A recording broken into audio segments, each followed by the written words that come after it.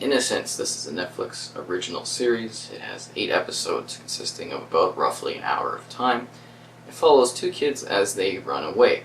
It's not that simple, however, as the female June and the male Harry, the former, she has the ability to sort of shapeshift. So I have to give away some plot details in order to actually be able to discuss this, but nothing too spoilerish as in terms of what happens, but just generally giving the details of what this show is about.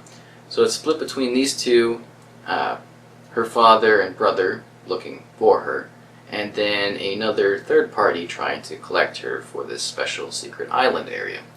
So with these powers of sort of shape-shifting, she actually has to interact with people, and then she's able to take their form, which is quite interesting, I guess. I don't know.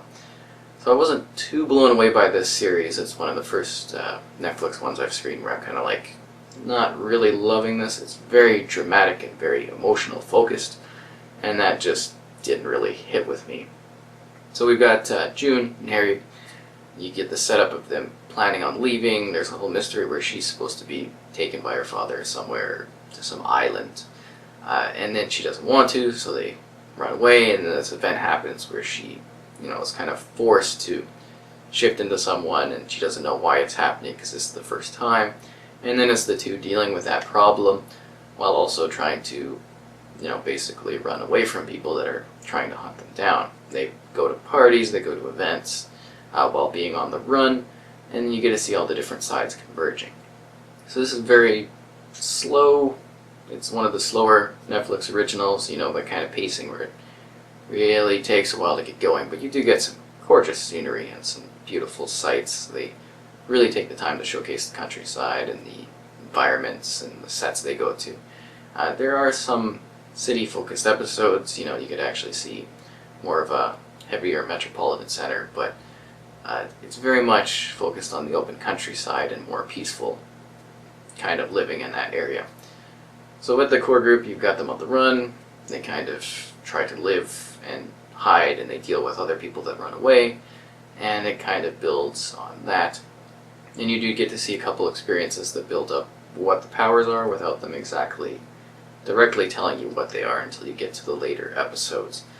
So with the other people that are on the faraway little island area, they send some people out to go and collect her because she's important to their sort of studies and their mysterious cult-like collection.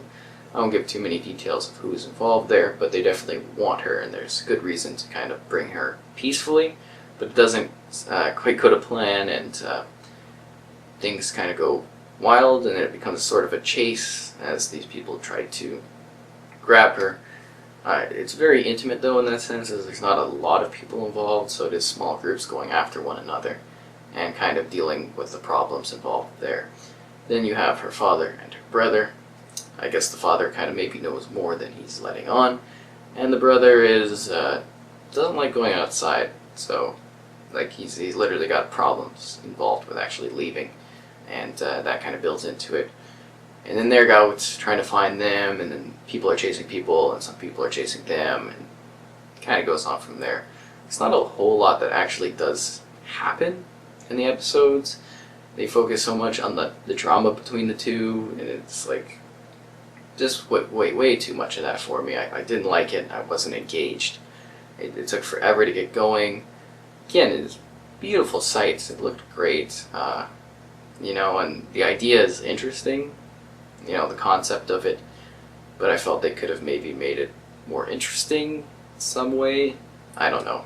It just seemed like they wanted to have powers of some sort and then really drag it out without actually having too much of a payoff. It's very conclusive. Like, I don't like to spoil anything. It definitely feels like a nice one-season arch, and they could go forward with more afterwards if they'd like, in a new way that would be interesting, perhaps, because they definitely changed what happened, and they left things very, very open, but also perhaps shocking, too, if you're really into it. Like, if you do watch and get into it and like the characters, you'll feel that the payoff is shocking and perhaps overly cliffhanging, but that does work out fine, and it wasn't a terrible watch because there's only so many episodes, but it also doesn't really cover as much as I would have liked. It's just these people adventuring along and then doing all the things that kids would do if they were out on their own, living and running from people.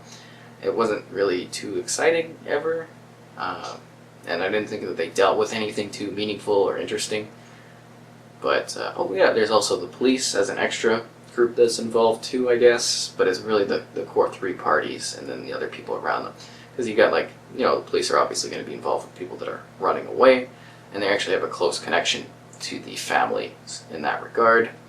And then you also have the other people they come across while they're out kind of learning the parties, parties in the area, and basically learning about her powers and how they kind of conflict that, because there's like a whole party scene, and that kind of leads into it, and then there's the hospital, and it kind of builds basically what she can do, and you learn little bits about it. They try to keep it hidden throughout, again, like I mentioned, what exactly she can do, and the limits of her powers, and how they kind of leave an impact, like a bit of a mark on her after she does each takeaway, and that maybe there's more going on than meets the eye.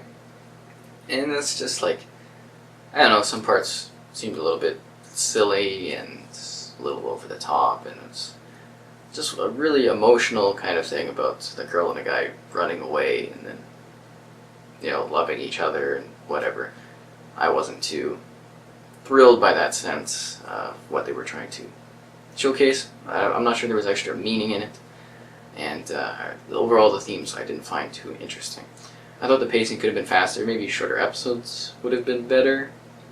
I don't know, the setup would have made much of a difference, because just what they're showcasing doesn't really sound too interesting, and they could have maybe leaned more into the cult-like aspects of the actual people that are living far away, because you get a full glimpse into their life, all the people involved there, but they're really not that interesting of a group. They just kind of sit around and live a quiet life, and then at the end it kind of gets revealed some of the darker aspects of what's going on, but they don't give enough of a hint or really tease enough of a hint to make, because you should have more of a horror aspect when it comes to that, with people being in that kind of setting, where it's like, oh, the leading people here, there's something going on or something like that, and you don't ever feel that because you know exactly what's going on and you get to see it, and it's not really too dark, but then when everything comes out and the way it comes out, it comes across as super dark and surprising, apparently, and that really did not hit the mark with me. I was a little bit disappointed, not with how it concluded, but with how that area ended up. I didn't think it was too interesting. And then there's some late people that kind of join the cast. First 4 episodes are very close together, because that's what I was given initially, was the first 4 episodes, and I was given the later ones afterwards. So you kind of get a really closed off section, and that's a good half point. It would be kind of like where they would do like a fall break in a TV series. That would be like the first half, and then the second half would continue afterwards. It actually does feel really conclusive, that first 4 parts, and then it opens up further, and then it kind of ends on a note where it's very open, so that was an interesting setup, actually. I didn't find that it was very funny, because that's not really a comedy, so I was maybe expecting some little warmer parts. It does have moments of, I guess, happiness involved, and a lot of going back to that trauma, a lot of sorrow, and sort of misery for the group. Overall, I'd give it a 5.5 out of 10. You can read my full review in the description below. I think I'm being very fair in my kind of review to it, being nice, because I really did hate it. I didn't like this at all. But I gotta be, not leaning too much just towards feelings, but actually kind of reviewing based on quality. Gorgeously shot, beautiful scenes. I thought the acting was fine, nothing too amazing, but it was good. The characters were well selected. I liked the dynamics that were at play. I just feel that they didn't do anything too exciting with the premise, and that the parts that could have been darker, could have been scarier, were kind of told as they were, as opposed to really showing us that they could be going the extra mile, or maybe even keeping it a mystery. See, as we see so much of both sides, we don't really get a feeling of wonder or questioning whether or not this other group is like dark. Maybe if smaller segments for them and just focusing on the kids and kind of having people come in, it might have been more interesting. Anyways, that was The Innocents, a Netflix original series.